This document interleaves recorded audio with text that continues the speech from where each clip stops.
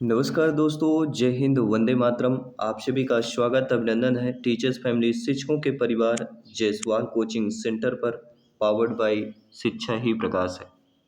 आज की क्लास में हम बात करने वाले हैं आपके सोशल साइंस के प्रैक्टिस सेट की बात करेंगे। और इस प्रैक्टिस सेट में हम 16 नंबर जो है प्रैक्टिस सेट रहने वाला है।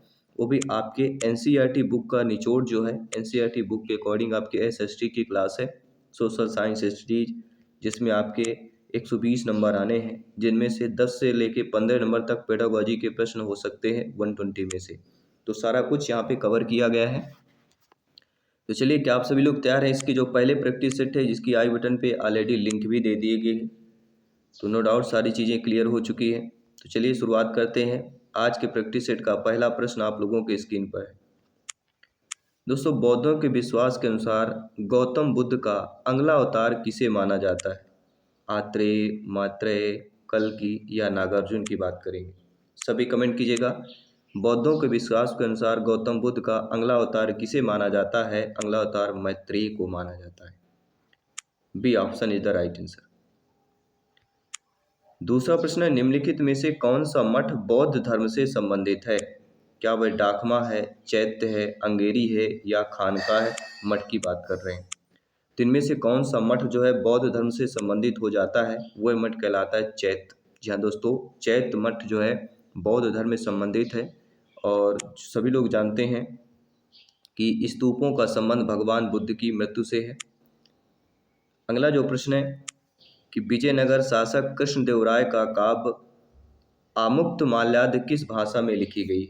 तो जो हमने 3000 एमसीक्यूज की पीडीएफ लॉन्च की थी, जिसका प्राइस हमने 149 विद डिस्काउंट रखा था, तो ये सारे प्रश्न वहाँ से आ रहे हैं प्रैक्टिस सेट में। तो 3000 एमसीक्यूज अगर पीडीएफ आपने परचेज नहीं की है तो अवश्य कीजिएगा। केवल आपको कर देना है 8319862412 में हमें व्हाट्सएप कर देना है। 8319862412 में केवल व्हाट्सएप कर देना है, आपको पीडीएफ वहीं से प्राप्त हो जाएगी। ठीक है, तो प्रिपरेशन को बेहतर कीजिए, नज़दीक पेपर बहुत जल्दी है। तो प्रश्न है कि विजयनगर शासक कृष्णदेव राय काव्य आमुक्त माल्याद किस भाषा में लिखी गई है? तो ये दोस्तों आपके तेलुगु भाषा में लिखी गई। किस भाषा में? तेलुगु भाषा में आमुक्त माल्याद। अगला जो प्रश्न दिया गया है देख लेते हैं। 4th नंबर क्वेश्चन है।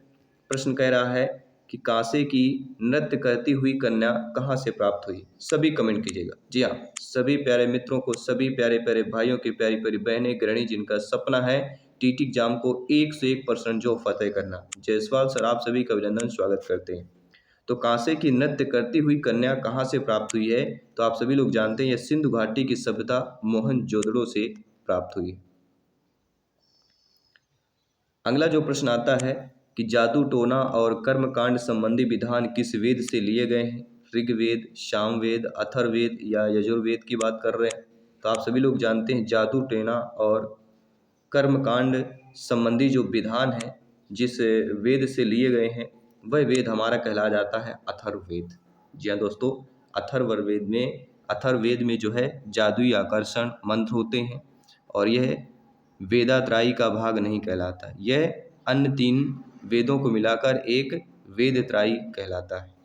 तो अथर्ववेद की बात करते हैं। जहाँ भी जादू टोना का नाम आएगा, अथर्ववेद का नाम जिक्र होगा। दोस्तों, विक्रमशिला विश्वविद्यालय का संस्थापक कौन था? विजय सेन, अतीसा, बलाल सेन या धर्मपाल? तो आप सभी लोग जानते हैं विक्रमशिला विश्वविद्यालय का संस्थापक यहाँ पे कौन सा हो जाता है? वह कहलाता है धर्मपाल। धर्मपाल वंश का प्रसिद्ध संस्थापक था। धर्मपाल क्या है? पाल वंश का प्रसिद्ध संस्थापक पूछा जाए तो वह है दोस्तों धर्मपाल।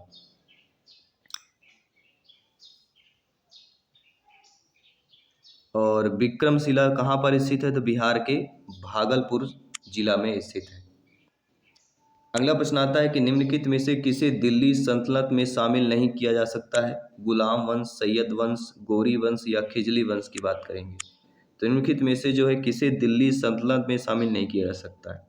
तो आप सभी लोग जानते हैं गुलाम वंश, सैयद वंश, खिजली वंश, इन तीनों को आपके दिल्ली सल्तनत में शामिल किया जा सकता है, लेकिन गौरी वंश को शामिल नहीं किया जा सकता है, क्योंकि मोहम्मद गौरी ने दिल्ली सल्तनत पर शासन नहीं किया था, बल्कि गुलाम कुतुबुद्दीन ऐबक ने दिल्ली में सल्तनत की नींव रखी थी।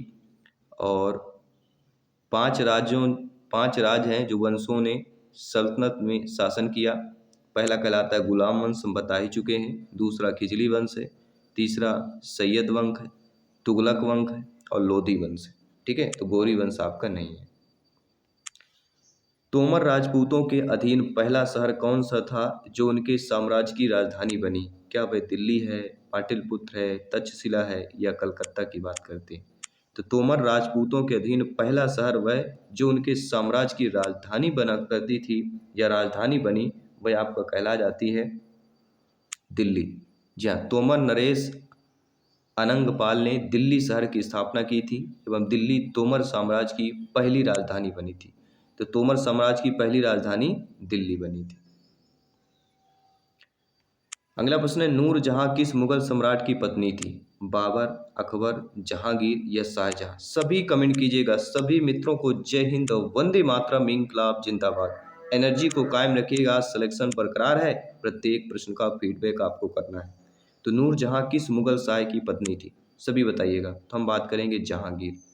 मुगल सम्राट जहांगीर की पत्नी का नाम नूरजहां था, जिसका असली नाम, नूरजहां का असली नाम अगर पूछा जाए तो वह था दोस्तों मेहरुनिसा।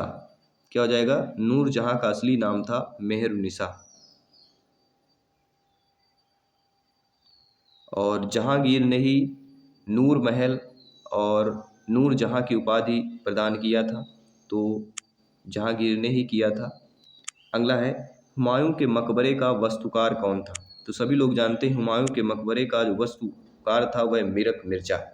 ये दोस्तों मीरक मिर्जा के द्वारा हुमायूं के मकबरे की स्थापना के कला के रूप में प्रदत्त किया गया था। और ये मीरक जो मिर्जा है कहाँ पर स्थित है? दिल्ली में स्थित है।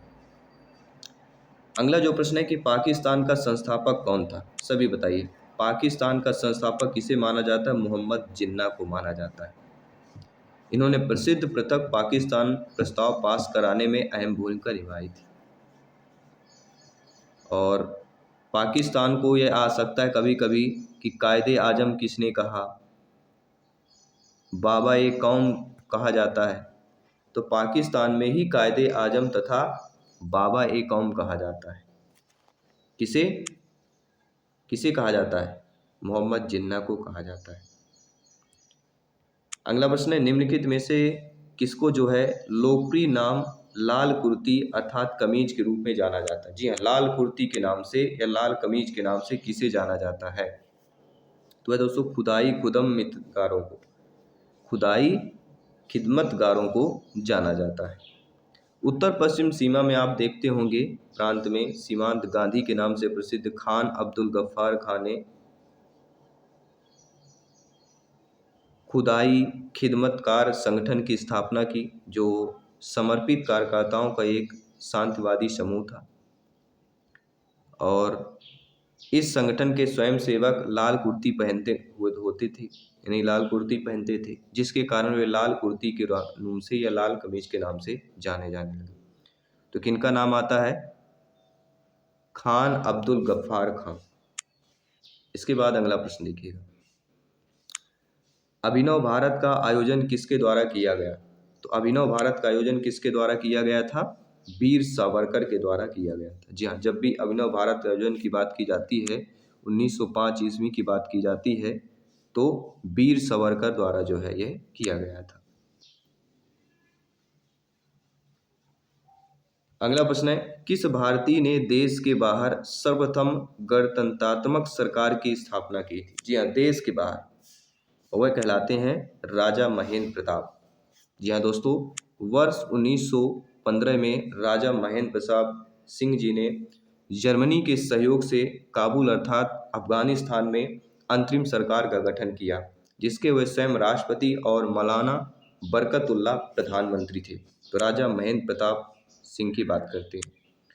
पंजाब में हुए कूका विद्रोह से कौन जुड़ा हुआ है? राम बहादुर सिंह, सुदर्शन सिंह, राजा रणजीत सिंह, बाबा राम सिंह की बात करते हैं।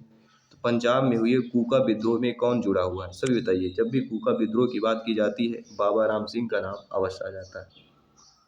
ये दोस्तों शुरुआती पश्चिमी पंजाब में 1840 ईस्वी में भगत जवाहर मल ने की थी। लेकिन इनका उद्देश्य सिख धर्म में प्रचलित बुराइयां जो अंधविश्वास है इनको दूर करना था और इस धर्म के विरुद्ध था। किस धर्म के? जो अनुयायी की बात करते हैं, अंधविश्वासों की बात करते हैं। लेकिन 1863 में बाबा राम सिंह ने पुनः इस आंदोलन को नेतृत्व प्रदान किया था। तो बाबा राम सिंह का नाम इसलिए नाम आता है। अगला प्रश्न है, निम्न में से किस वायसराय के काल में रॉलेट एक्ट जो है पारित हुआ था? रॉलेट एक्ट सभी लोग जानते हैं, चेम्सफोर्ड। अंग्रेज वायसराय लॉर्ड चेम्सफोर्ड के समय रॉलेट एक्ट पारित हुआ था और यह घटना है 1916 टू 21। रॉलेट एक्ट की बात कर रहे हैं। अगला प्रश्न है, निम्नलिखित में से सही मिलान करना है। रॉबर्ट क्लाइव और दो सूची दी गई है। तो देखिए, रॉबर्ट क्लाइव की अगर बात करें तो रॉबर्ट क्लाइव की बात की जाती है तो यह बंगाल में द्वैध शासन का नाम आता है। इसके बाद विलियम बेंटिंग की अगर बात की जाती है तो भारत में शिक्षा एवं सामाजिक सुधार की बात की जाती है।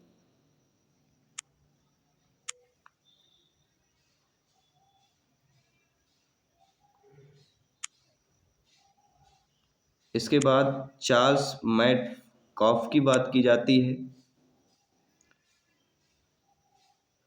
तो चार्ल्स मैटकॉफ के द्वारा ही प्रेस प्रतिबंधों को हटाया गया। और लॉर्ड कर्जन की बात की जाती है तो बंगाल विभाजन का नाम आता है। और विलियम बेंटिंग अंग्रेजी शिक्षा। ठीक है, तो रॉबर्ट क्लाइव आपने समझ लिया। रॉबर्ट क्लाइव की बात की जाती है तो बंगाल में द्वैध शासन की बात की जाती है। विलियम बेंटिंग की बात की जाती है तो अंग्रेजी शिक्षा की बात की जाती है। चार्ल्स मैकटॉफ की बात की जाती है तो प्रेस प्रतिबंधों को हटाना। और लॉर्ड कर्जन बंगाल का विभाजन। ये आपका सही होगा। ये कूट वाला ऑलरेडी दिया गया है, तुमने डायरेक्टली आपको आंसर बता दिया है। इसके बाद अगला है कि निम्नलिखित में से कौन से शाही राज्य ब्रिटिश द्वारा अधिग्रहित किए गए थे? पहले शाही राज्य थे लेकिन ब्रिटिश के द्वारा जो है, ब्रिटिश सरकार के द्वारा उसे अधिग्रहित किए गए थे। वह आपके कौन से हैं? तो वह कहला जाता है झांसी भी, नागपुर भी और सतारा भी। जी हाँ दोस्तों, डलहौजी ने व्यापक गद्य सिद्धांत विलय नीति के द्वारा सतारा अर्थात जैतपुर, संभलपुर, भागाड़, उदयपुर, झांसी, नागपुर रियासतों का विलय कर लिया। ठीक है, तो उपरोक्त सभी option is the right answer. अगला तीसरा कर्नाटक युद्ध 1760 किन के बीच लड़ा गया था? तीसरा कर्नाटक युद्ध था जो 1760 में हुआ, किन के बीच लड़ा गया? तो अंग्रेजी फौजों और फ्रांसीसी फौजों के बीच लड़ा गया था। और ये कब की घटना है? ये 1757 टू 63 की घटना है। अगला जो प्रश्न है कि पानीपत के तृतीय युद्ध में मराठे निम्नलिखित से पराजित हुए थे? अफगान से, मुगल से, फ्रेंच से या अंग्रेज से हुए थे? तो पानीपत के तृतीय युद्ध में मराठे किससे जो है पराजित हुए थे? सभी कमेंट कीजिएगा। वह कहला जाता है अफगान। पहला option is the right answer हो जाएगा। अगला प्रश्न ध्यानपूर्वक देख लेते हैं कि इनमें से किसको जो है ऑस्ट्रेलिया का लाफिंग जैक कहा जाता है? जी हाँ दोस्तों, ऑस्ट्रेलिया का लाफिंग जैक किसे कहा जाता है? तो ऑस्ट्रेलिया का लाफिंग जैक आपके कुकाबारा को कहा जाता है। कुकाबारा एक क्या है? तो कुकाबारा एक पक्षी है जो ऑस्ट्रेलिया में मिलता है। इसे ऑस्ट्रेलिया में लाफिंग जैक के नाम से जाना जाता है क्योंकि ये चिड़िया जो है मीठी आवाज़ के लिए प्रसिद्ध है। जैसे हमारे भारत में कोयल की मीठी आवाज़ है, उसी प्रकार लाफिंग जैक के नाम से ऑस्ट्रेलिया की पक्षी है कुकाबारा। इसके बाद अगला प्रश्न है, बाड़ा कराल शब्द किसके लिए प्रयुक्त किया जाता है? मसाई चरवाहे घर, मसाई चरवाहे का बाढ़ से घिरा गांव, घास की पशुशाला या किर्गिज का टेंट?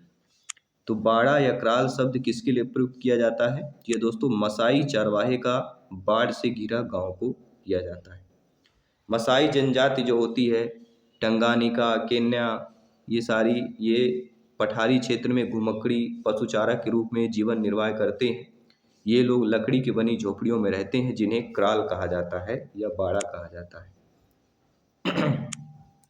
अंटार्कटिका की खोज किसने की थी? सभी लोग बताइए, ये लगभग आप लोग जानते होंगे। जब भी अंटार्कटिका की खोज की बात की जाती है, जेम्स कुक का नाम आता है। किसका नाम आता है? James cook is the right answer. कोई भी डाउट हो आप लोग फीडबैक कर सकते हैं। अंटार्कटिका की खोज किसने की थी? ये काफी बार प्रश्न पूछा गया है। अंटार्कटिका की खोज किसने की?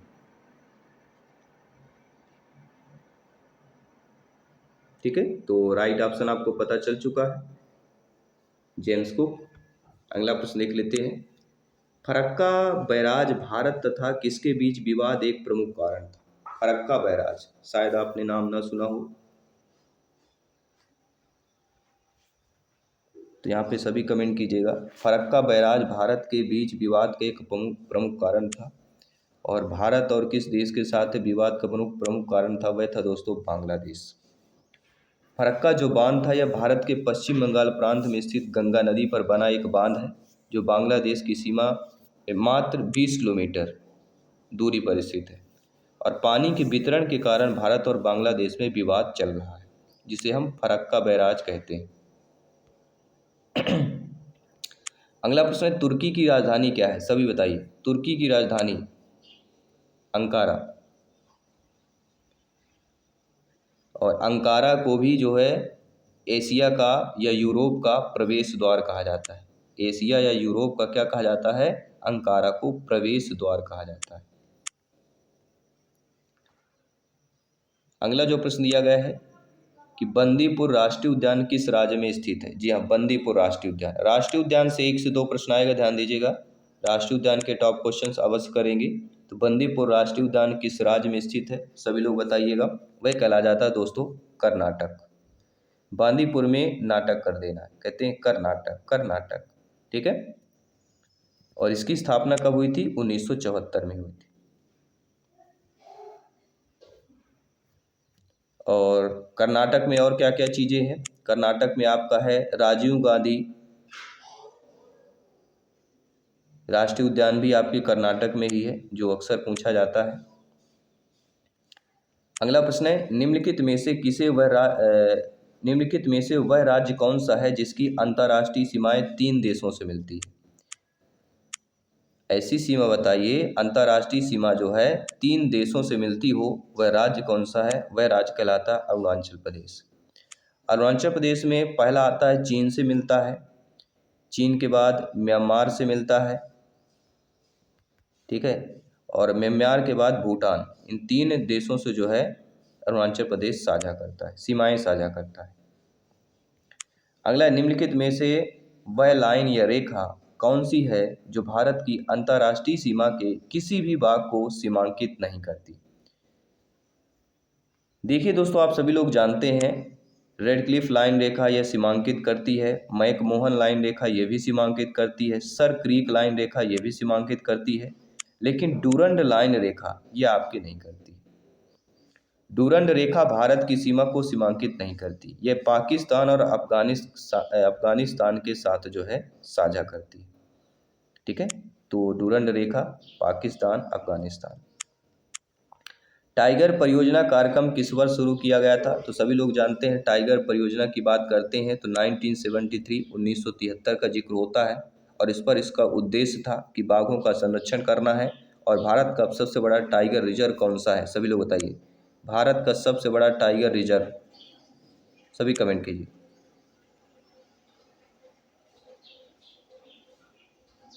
जी हाँ दोस्तों, भारत का सबसे बड़ा टाइगर रिजर्व नागार्जुन श्रीशैलम। क्या है? नागार्जुन श्रीशैलम। अगला प्रश्न है, जैव मंडल में सभी जीवित जातियां जीवित रहने के लिए एक दूसरे के परस्पर संबंधित रहती हैं। इस जीवन आधारित तंत्र को क्या कहा जाता है? इस जीवन आधारित तंत्र को ही परितंत्र कहा जाता है। किसे क्या परितंत्र अर्थात इकोसिस्टम। अगला प्रश्न देख लीजिएगा। प्यारे प्यारे प्रश्न है, प्यारे प्यारे आपके कमेंट्स है, और आप सभी लोग प्यारे प्यारे भाई बहन यहाँ पे अवश्य कमेंट कीजिएगा। दोस्तों सूची 1 और 2 में मिलान करना है। सूची 1 में दिया गया है असम, दादर और नगर हवेली, लक्षद्वीप, सिक्किम, और दिसे सिलवासा, गंगटोक, दिसपुर, करवती, ये दिया गया है। तो देखिए असम की बात की जाती है तो असम की कैपिटल क्या है? दिसपुर है। इसके बाद दादर और नगर हवेली की बात की जाती है तो दादर और नगर हवेली का सिलवासा हो जाता है कैपिटल। और लक्षद्वीप का तो आप जानते ही होंगे, कावरवती, डी ऑप्शन 4th वाला हो जाएगा। और सिक्किम का सभी लोग जानते हैं, अब एक ही ऑप्शन बना हुआ है, गंगटोक। ठीक है, तो कैपिटल प्रत्येक राज्य का आपको राजधानी पता होना चाहिए, ये भी ध्यान दीजिएगा। निम्नलिखित में से किसको भारत का परिस्थितिक तप्त स्थल कहा जाता है? पश्चिमी घाट, पूर्वी घाट, पश्चिमी हिमालय, पूर्वी हिमालय। जी हाँ, इनमें से किसको जो है भारत का परिस्थितिक तप्त स्थल कहा जाता है? किसे कहा जाता है? तो दोस्तों पश्चिमी घाट को कहा जाता है। पश्चिमी घाट जो है सर्वाधिक जैव विविधता इसमें पाई जाती है, वह आपका है पश्चिमी घाट। अगला है दचीगाम राष्ट्रीय उद्यान कहाँ पर स्थित है? क्या वह उत्तराखंड, मिजोरम, जम्मू कश्मीर या हिमाचल प्रदेश? तो दचीगाम राष्ट्रीय उद्यान की जब भी बात की जाती है तो आप सभी लोग जानते हैं एक ही नाम आता है, जम्मू और कश्मीर। यह एक ऐसा एकमात्र आपका राष्ट्रीय उद्यान है जहाँ कश्मीरी टैग अर्थात हुंगल पाए जाते हैं। कहाँ पर? कश्मीरी टैग अर्थात हुंगल पाए जाते हैं, वह दचीगाम राष्ट्रीय उद्यान। दोस्तों निम्नलिखित में से भारत का कौन सा क्षेत्र जो है परिस्थितिकी अतिक्रियाशील स्थल हॉट स्पॉट माना जाता है? देखिए जब भी हॉट स्पॉट की बात की जाती है, पर इसकी और अतिक्रियाशील की बात की जाती है, एक ही नाम आता है, वह है पश्चिमी घाट। C option is the right answer. अगला प्रश्न है जनसंख्या में उच्च वृद्धि का अभिलक्षण क्या होता है? आप सभी लोग जानते हैं जनसंख्या में उच्च वृद्धि दर का अभिलक्षण जो होता है वह उच्च जन्म और निम्न मृत्यु दर का होता है। मतलब जन्म ज़्यादा हो रहा है और मृत्यु दर घट रही है और जन्म दर वृद्ध हो रहा है, उसे ही जनसंख्या में उच्च वृद्धि दर अभिलक्षण कहते हैं। अगला प्रश्न है अवमूल्यन किया जाता है। अवमूल्यन किसका किया जाता है? ये भी आप जानते हैं, अवमूल्यन निर्यात बढ़ाने के लिए किया जाता है। इसका अर्थ होता है मुद्रा के मूल्य का किसी अन्य मुद्रा के मुकाबले में ह्रास करना, जिससे इस देश की निर्यातक वस्तुएं दूसरे देशों में सस्ते हो जाएंगे। इसलिए हम कह सकते हैं कि निर्यात को प्रोत्साहन मिलेगा। अगला प्रश्न है औसत कुल लागत 54 रुपये है, औसत परिवर्ती लागत 36 रुपये है तथा उत्पादित मात्रा 2500 इकाइयाँ है। तो फर्म की कुल स्थिर लागत रुपये में ज्ञात करना है। देखिए लागत आपकी दी गई है, लागत बराबर क्या होता है? परिवर्ती लागत धन स्थिर लागत बराबर उत्पादित वस्तु की कुल मात्रा, इसके अनुसार आपको उत्तर बताना है। लागत बराबर हमें लागत निकालना है तो लागत का फार्मूला क्या होता है? परिवर्ती लागत यानी 36 रुपये और स्थिर लागत, दोनों को जोड़ लेना है और उत्पादित वस्तु की कुल मात्रा से कर देना है। यानी कि मान लीजिए इस तो आप सभी लोगों को सिंपल तरीके से समझ लेना है, और सिंपल तरीका यही है कि 2500 दिया गया है, 2500 गुणे 36 कर लीजिए और बटे 2 कर लीजिए, 18। 2500 गुणे 18 कर लीजिए, आपको आंसर आ जाएगा।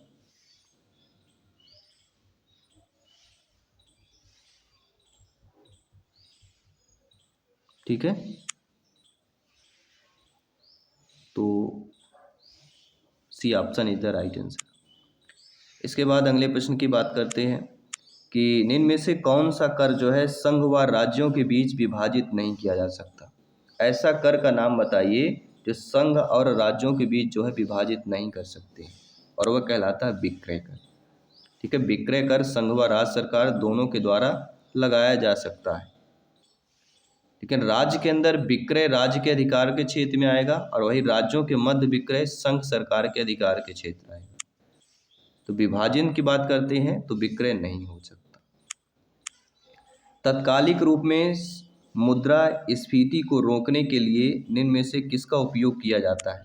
तो मुद्रास्फीति रोकने के लिए धन के प्रवाह में कमी का उपयोग किया जाता है। अगला प्रश्न है, प्रमुख वाणिज्यिक बैंकों का राष्ट्रीयकरण एक साथ कब किया गया था?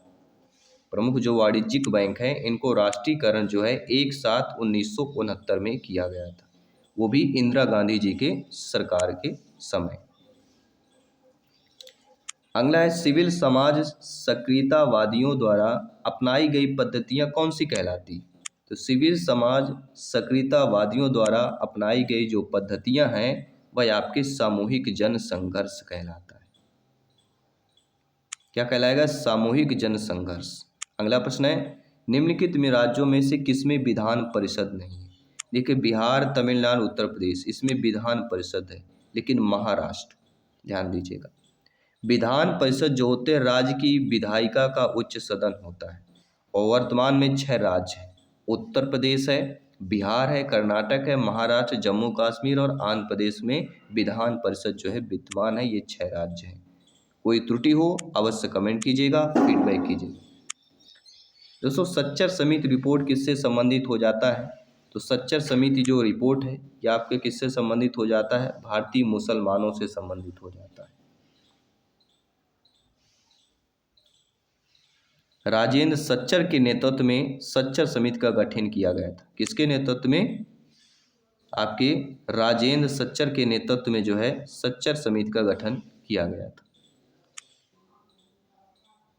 अगला जो प्रश्न दिया गया है कि राजनीतिक लोकतंत्र का मूल निर्वाचक लोकतंत्र के आधारभूत अभिग्रहित में होता है, जो आधारित होता है। प्रश्न को समझ लीजिएगा, राजनीतिक लोकतंत्र का मूल जो है निर्वाचक लोकतंत्र के आधारभूत अभिग्रहित में होता है, जो आधारित होता है सार्वभौमिक वयस्क मताधिकार पर आधारित होता है।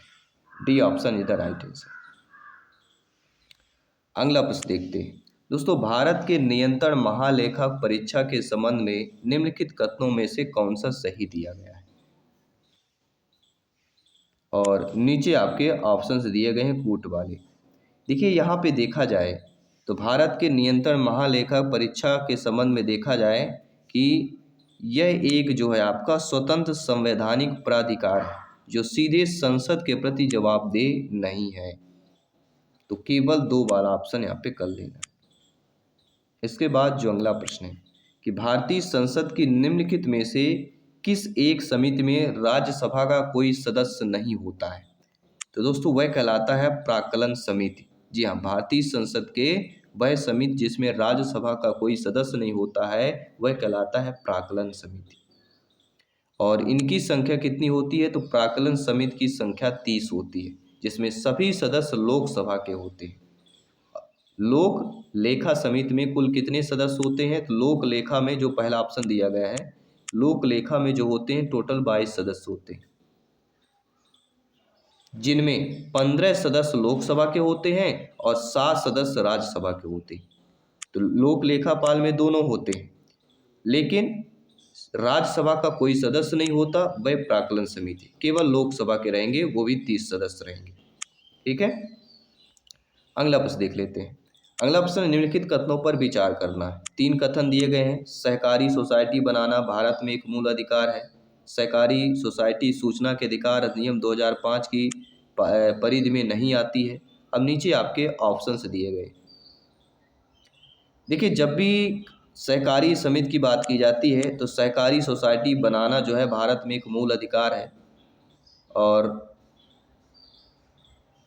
ये अनुच्छेद 21 में आप देख सकते हैं मूल अधिकार दिया गया है। सहकारी सोसाइटियां सूचना के अधिकार अधिनियम 2005 की परिधि में नहीं आती। ये भी बात सही बात है, ये अनुच्छेद 21 की बात होती है, तो दोनों सही दिया गया है, यानी कि हम यहाँ पे सी ऑप्शन को चयन करें। अगला प्रश्न है, बहुत ही प्यारा सा प्रश्न है कि लोकसभा में अगस्त 2010 में पारित civil liability of nuclear damage bill में किसके लिए उपलब्ध नहीं है? नेगेटिव पूछा गया। लोकसभा के अगस्त 2010 में पारित civil liability of nuclear damage bill में किसके लिए उपलब्ध नहीं? देखिए, दावा आयोग की स्थापना और दावा आयोग की नियुक्ति के लिए प्रति है। दुर्घटना की स्थिति में भारत सरकार की भी देनदारी 1500 करोड़ रुपए के अंदर होना। अगर दुर्घटना गैर इरादतन हो तो भी ऑपरेटर की देनदारी होना, ये तीनों हैं।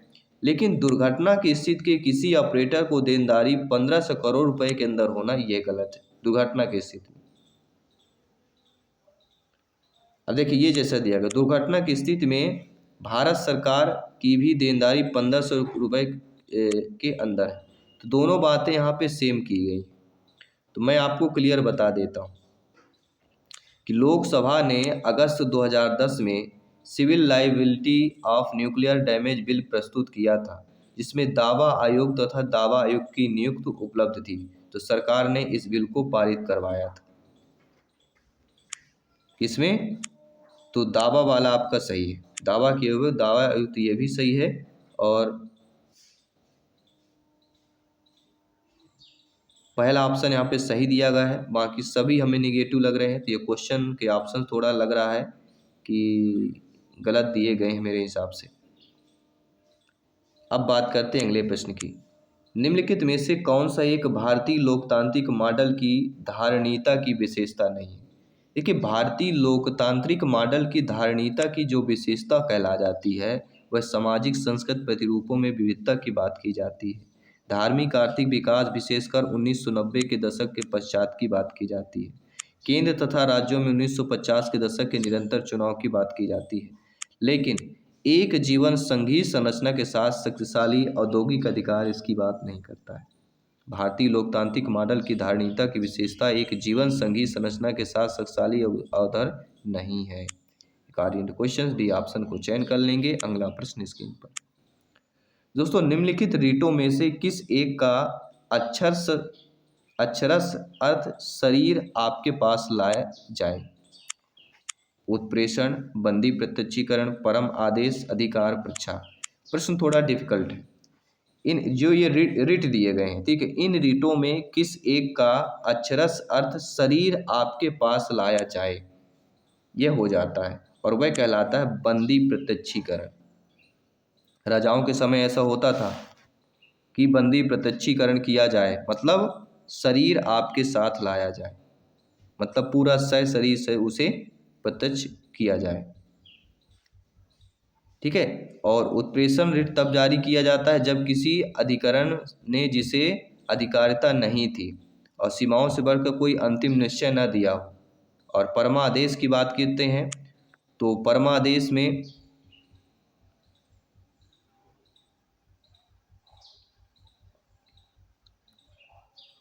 किसी व्यक्ति, नियम, लोक, प्राधिकारी आदि को कोई कार्य संपादित करने के लिए निर्देश दिया जाता है।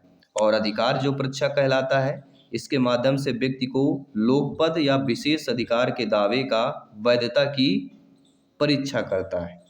तो ये रहे आपके 50 महत्वपूर्ण प्रश्न प्रैक्टिस सेट नंबर के। और 15 में से आपने कितने स्कोर प्राप्त किया 50 प्रश्नों में से, ये भी आपको कमेंट बॉक्स में अवश्य शेयर करना है, फीडबैक करना है। सभी यहाँ पे कमेंट कीजिए। टीटी फैमिली से सभी लोग आप लोग जुड़े हुए हैं। अगर आपने अभी तक भी नोट्स को परचेज नहीं किया है, जो कि 3000 MCQs है, जो कि संभावित प्रश्न है, और ये टीटी एग्जाम को आपको फतेह करने पर आपको बिल्कुल पक्का कर देंगे, तो अभी जाइए, विजिट कीजिए, PDF प्रोवाइड कीजिए, व्हाट्सएप कीजिए। व्हाट्सएप नंबर है 8319862412। ये व्हाट्सएप कीजिए, नोट्स पाइए, तैयारी को बेहतरीन कीजिए और इस बार 101% टीटी एग्जाम को फतेह कीजिए। मैं आपके साथ जयसवाल सर मिलता हूँ आपकी अगली क्लास पर। सभी मित्रों को जय हिंद, वंदे मातरम, धन्यवाद सभी का।